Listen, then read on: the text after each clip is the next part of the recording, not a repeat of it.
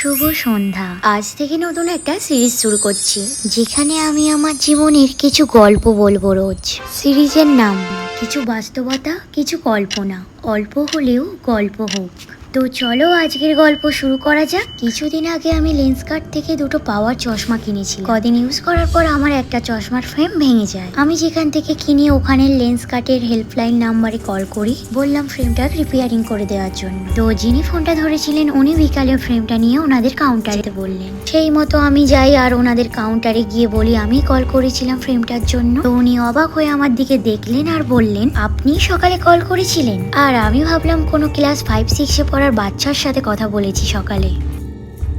দেন আরেকদিন আমার একটা পার্সেল আসার কথা ছিল বাড়িতে। তো যিনি ডেলিভারি করবেন উনি আমায় অনেকবার কল করেন, কোনো কারণে আমি ফোনটা রিসিভ করতে পারি না সেই মুহূর্তে। যখন ফোনটা চেক করি তখনও উনি আমায় কল করছিলেন। তো আমি কলটা সেই মুহূর্তে রিসিভ করি। তো উনি আমায় বললেন অ্যাড্রেসটা একবার আমাকে বলুন, কারণ আমি এখানে নতুন। আমি অ্যাড্রেসটা বলার পর উনি শেষে আমাকে বললেন আমি যাচ্ছি আর প্লিজ আপনার দিদিকে ফোনটা রিসিভ করতে বলবেন। দেন উনি আসার পর আমাকে দেখলেন আর আমার ভয়েসটা শুনলেন। তখন একটা কথাই বললেন, আপনার ভয়েসটা অনেকটাই বাচ্চাদের মতো।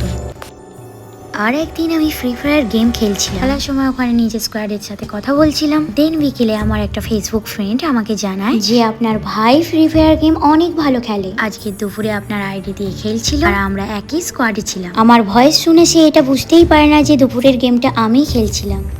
তো এই হলো আমার গলার ভয়েস নিয়ে আজকের কিছু গল্প। তো আমার যারা পরিচিত তারা খুব ভালো মতো জানে আমার অরিজিনাল ভয়েসটাই এমনই। আমি একদম ন্যাকা ভাবে আর কোনো ভয়েস এফেক্ট দিয়েও কথা বলি না, আমার অরিজিনাল ভয়েসটাই এমন। তো এই পৃথিবীর প্রত্যেকটা মানুষের থেকেই অনেক বেশি ডিফারেন্ট, তো আমিও তাদের মধ্যে একজন।